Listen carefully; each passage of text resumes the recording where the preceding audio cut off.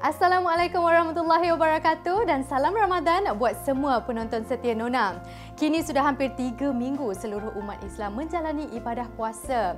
Diharapkan semua masih lagi mengekalkan momentum untuk terus beribadah dan memperbanyak amalan demi mencari ganjaran pahala di bulan yang penuh barakah ini.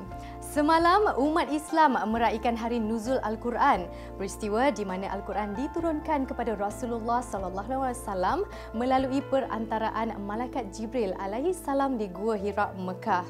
Ayat 1 hingga 5 daripada surah Al-Alaq merupakan ayat Al-Quran yang pertama sekali diturunkan dan seterusnya selama 23 tahun Al-Quran diturunkan secara berperingkat. Mira pasti pelbagai pengisian seperti majlis tadarus, ceramah agama mahupun aktiviti Qiyamulai dilaksanakan sempena meraihkan hari yang mulia ini. Terus bersama Nona, pelbagai pengisian menarik untuk perkongsian jiwa dan rohani menanti anda selepas ini. Menarik di Nona minggu ini. Waktu saya dah nak slow down dalam industri, saya dah buat kira-kira lah. Sebab tu saya boleh fokus kepada meniaga industri hiburan ni sebagai part time. Sangat mencabar bila orang biasa kena menjadi doktor.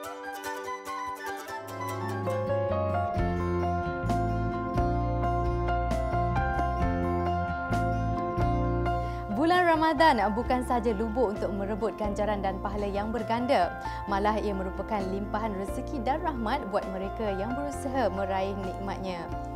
Peluang berniaga di bulan Al-Mubarak ini berbeza pulangannya berbanding bulan-bulan biasa. Waktu inilah peniaga akan mendapat keuntungan yang berganda. Kesempatan ini diambil pelakon dan model tanah air Donna Muslim Nuzmul Komar untuk berniaga Popia. Walaupun sibuk dengan dunia seni, dia tetap memperuntukkan waktu Ramadan ini bagi menambah rezeki. Ikuti kisah Donna Muslim menyambung legasi perniagaan milik ayahnya dalam rezeki Ramadan. Merupakan anak lelaki tunggal dalam keluarga, Donna Muslim aktif mengusahakan perniagaan Popia yang diwarisi daripada bapanya Nuzmul Komar sejak 5 tahun lalu. Walaupun sibuk dengan kerjaya seni dan dunia peragaan, bagi Donna kehidupannya tidak banyak berubah. Sebenarnya waktu saya dah nak slow down dalam industri, saya dah buat kira-kira lah. Sebab sebelum ni kedai ni pun dah dekat 34-35 tahun lah. Daripada tahun 87 kan kita berniaga. Jadi saya yakin dah ada regular customer. Jadi apa yang saya perlu buat iaitu tambahkan customer je. Maksudnya masuk dekat dalam social media. Yang itu belah saya lah, saya cover semua. Sebab tu saya boleh fokus kepada berniaga industri hiburan ni sebagai part time sekarang.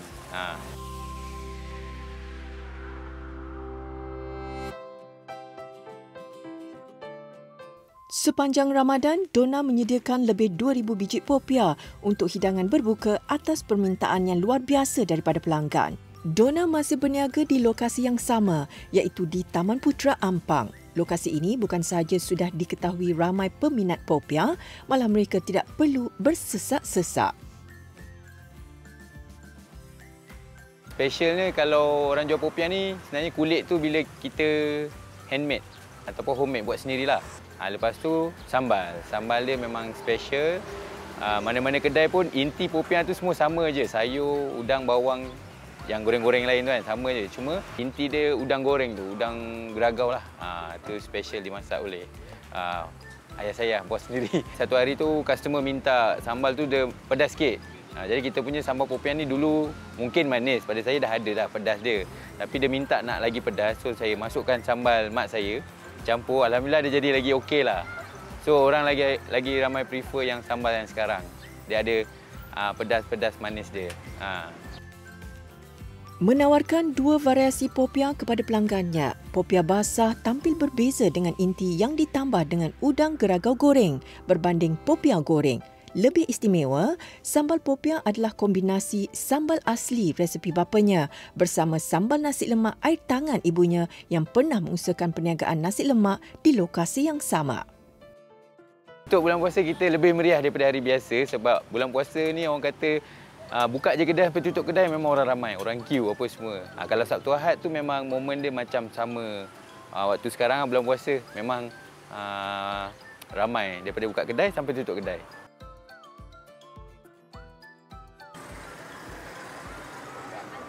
Kedatangan pelanggan di gerai Papa Popiah Taman Putera Ampang sepanjang bulan puasa ni memang meriah kan Dona?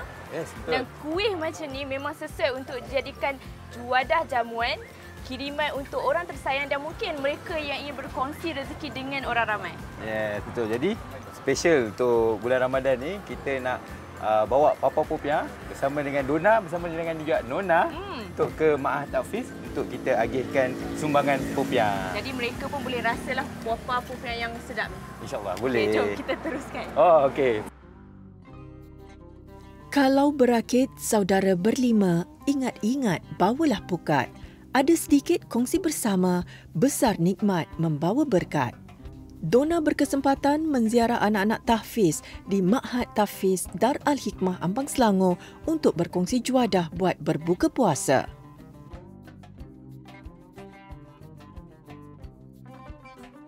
Kongsi rezeki ni sebenarnya bukan bulan puasa dan bulan puasa pun sebenarnya kena buat juga. Tangan yang memberi lebih baik daripada tangan yang menerima. Jadi insya-Allah kalau kita bagi ke orang tu, kita tu dapat lebih ganjaran tu insya-Allah. Semoga kita punya amal ibadat ni lebih diberkatilah. Rezeki yang dikongsi bersama tentu mendapat ganjarannya. Semoga perniagaan milik Dona dilimpahi rahmat yang mengalir melalui perkongsian rezeki dan amalan yang dilaksanakan.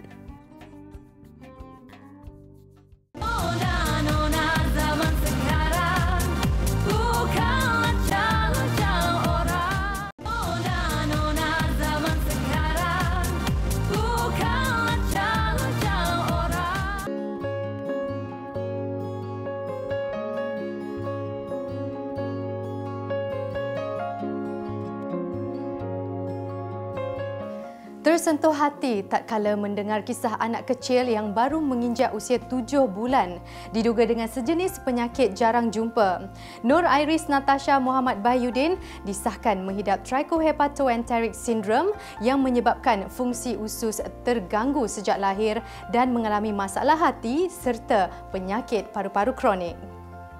Nona prihatin bersama Uyaina Arsyad, bekas pengacara Nona, menyantuni adik Iris sekeluarga untuk berkongsi semangat dan kekuatan ibu dan ayahnya menjaga anak syurga ini. Kami kongsikan bingkisannya dalam Seindah Kasih. Lahirnya dia ke dunia bagaikan cahaya indah yang dinanti keluarga. Iris Natasha Muhammad Bahyudin, anak istimewa, penyeri jiwa ibu dan ayah. Seindah Kasih berkongsi kisah dan dugaan yang dialami keluarga ini. Assalamualaikum penonton Nona. Uyaina sekarang berada di rumah adik Iris Natasha yang mana adik Iris sebenarnya menghidapi penyakit jarang jumpa. Penyakit jarang jumpa yang dihadapi oleh adik Iris ini cuma 1 dalam sejuta orang sahaja yang didiagnosis. Jadi hari ini Uyaina nak menziarahi dan menyantuni adik Iris dan juga keluarganya untuk kita memahami apa kesukaran dan beban yang mereka tanggung. Assalamualaikum.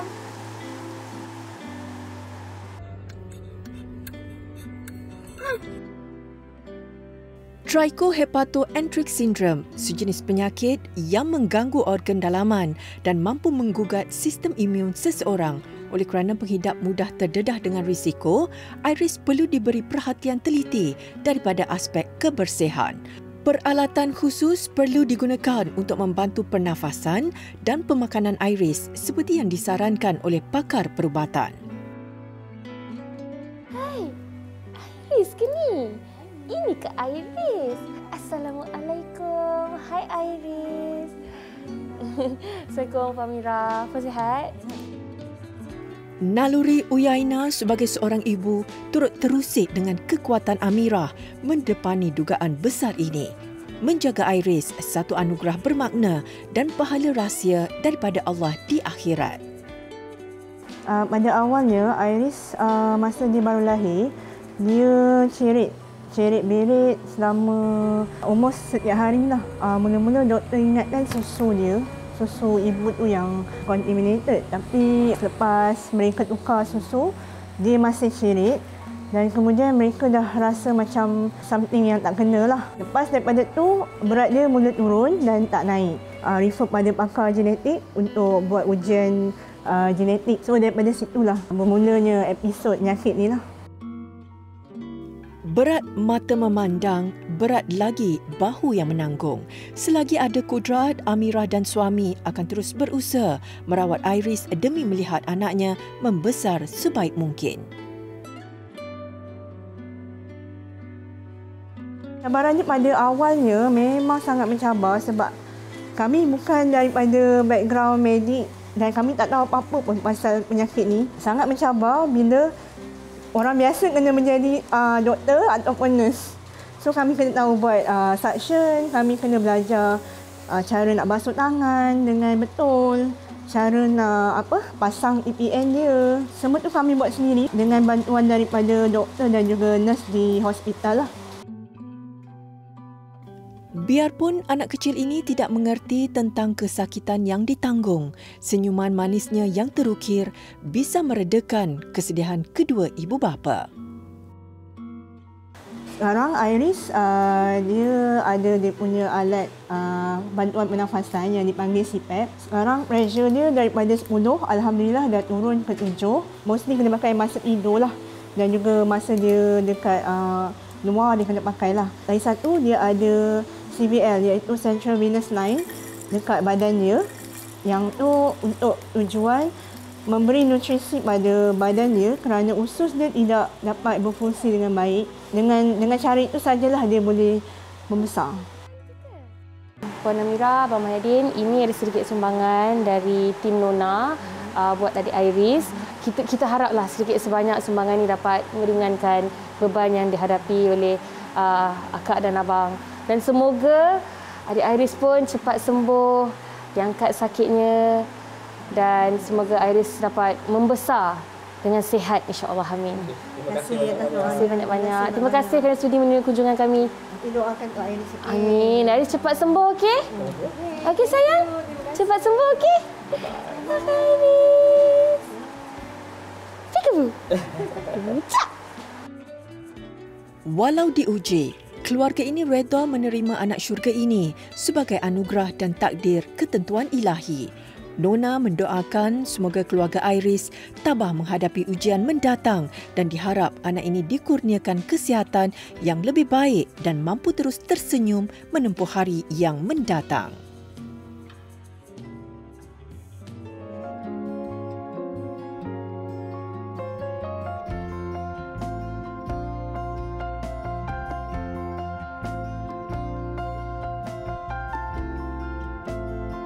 Menjengah ke rumah jenis kondominium ini, siapa sangka ia milik jejaka bujang Encik Muhammad Hafiz Buahari yang ternyata memiliki cita rasa tersendiri dalam menghias kediaman. Memilih konsep klasik contemporary, setiap sudut dihias secara minimal dengan sentuhan rona neutral agar ruang tampak lebih luas dan tenang. Sedikit suntikan warna keemasan dan hitam dipilih pemilik bagi menimbulkan nilai mewah dan elegan. Memilih untuk tidak berlebihan dalam susun atur aksesori dekorasi, ruang kediaman yang berkeluasan 1085 kaki persegi ini ternyata kelihatan tersusun dan kemas.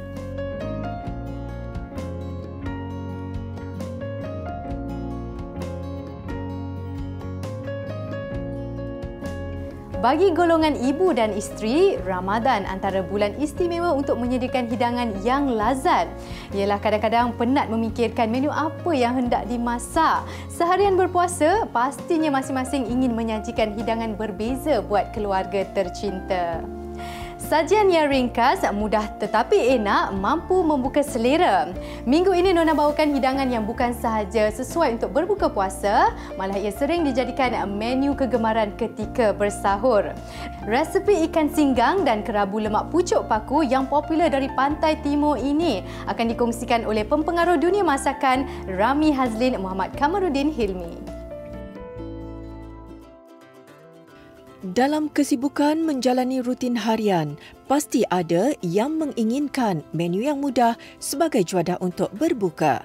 Lauk ikan singgang dan kerabu lemak pucuk paku antara yang mampu membuka selera.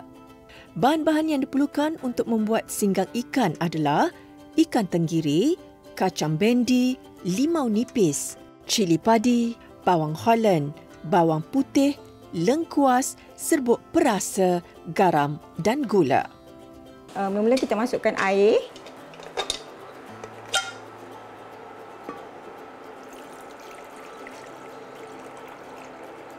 Okey, next. Bawang putih, lengkuas dengan bawang Holland. Ada juga orang guna bawang besar. Tapi mana-mana pun semuanya sedap kot. Masuk je. Setelah air mendidih, masukkan ikan ke dalam periuk dan tunggu sehingga masak. Pilihan ikan boleh dipelbagaikan mengikut cita rasa masing-masing. Bila dah agak-agak ikan tu dah macam nak masak, kita dah boleh masukkan bendir, masukkan cili. Cili ni pun bergantung. Kalau nak pedas, letak banyak dan ketutlah lagi lebih. Peras sedikit jus limau nipis dan masukkan 1 sudu kecil gula serta secubit garam. Bagi menambahkan lagi rasa masakan singgang ini, masukkan sedikit serbuk perasa. Okey, ikan singgang kita sudah masak ni. Kita boleh tutup api dan kita pergi pada resepi kedua kita, kerabu lemak pucuk paku. Kerabu lemak pucuk paku amat sesuai dimakan bersama ikan singgang. Antara bahan-bahan yang diperlukan untuk kerabu enak ini adalah ikan yang direbus, kerisik, lada hitam, santan, pucuk paku, bawang putih, bawang merah, limau nipis, cili padi, garam, gula dan serbuk perasa. Kerabu lemak pucuk paku, mula-mula kita masukkan santan.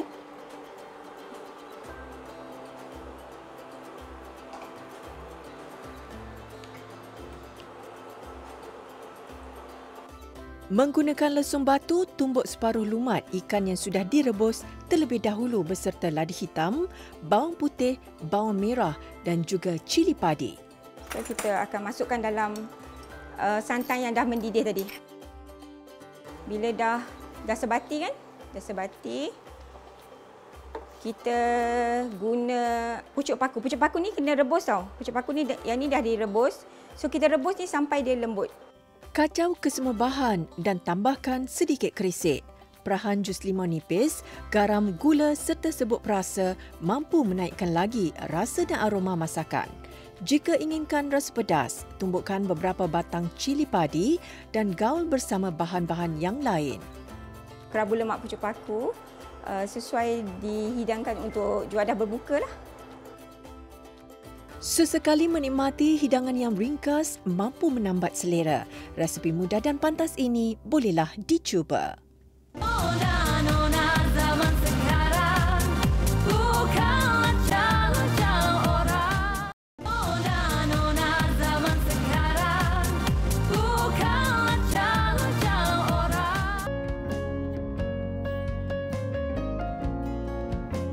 Selain peristiwa nuzul Al-Quran, keistimewaan bulan Ramadan juga dihiasi dengan kehadiran malam Lailatul Qadar. Ia merupakan malam yang penuh berkat dan lebih baik daripada 1000 bulan.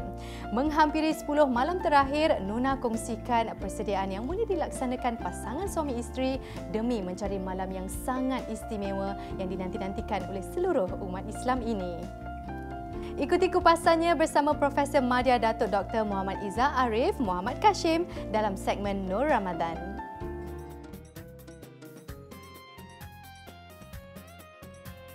Bismillahirrahmanirrahim. Inna anzalnahu fi Lailatul Qadar. Wama adraka ma Lailatul Qadar. Lailatul Qadri khairum min alfi syahr.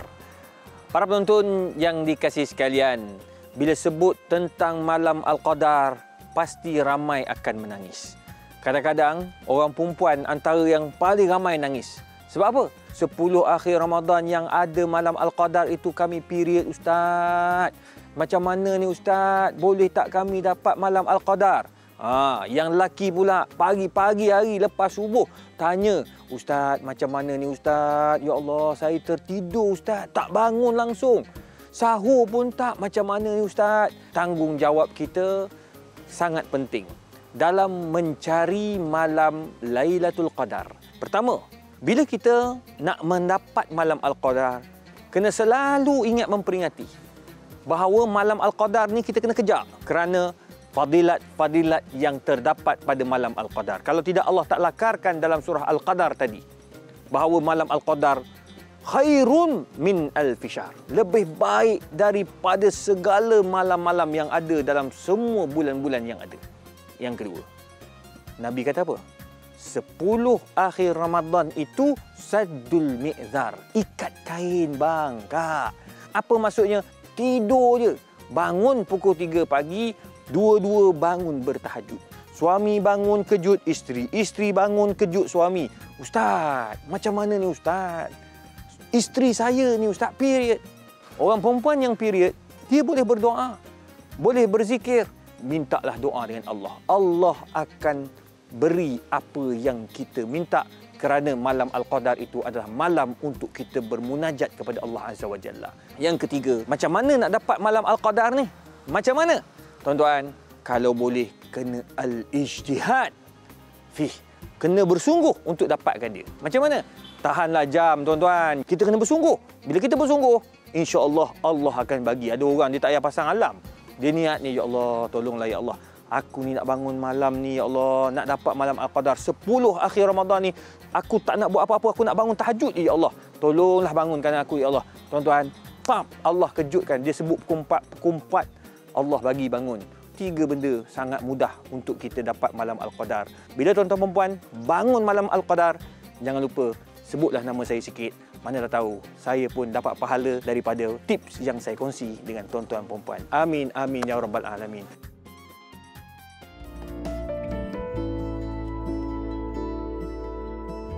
Jutaan terima kasih kepada pemilik kediaman Encik Muhammad Hafiz Bohari kerana sudi menerima kunjungan kami minggu ini. Terus layari laman Facebook, Instagram dan TikTok kami di TV3 Nona. Pastikan temu janji anda bersama kami minggu hadapan. Nona, inspirasi wanita buat semua. Jumpa lagi. Assalamualaikum. Sri Kandi masa kini yang bekerja ya juga ibu.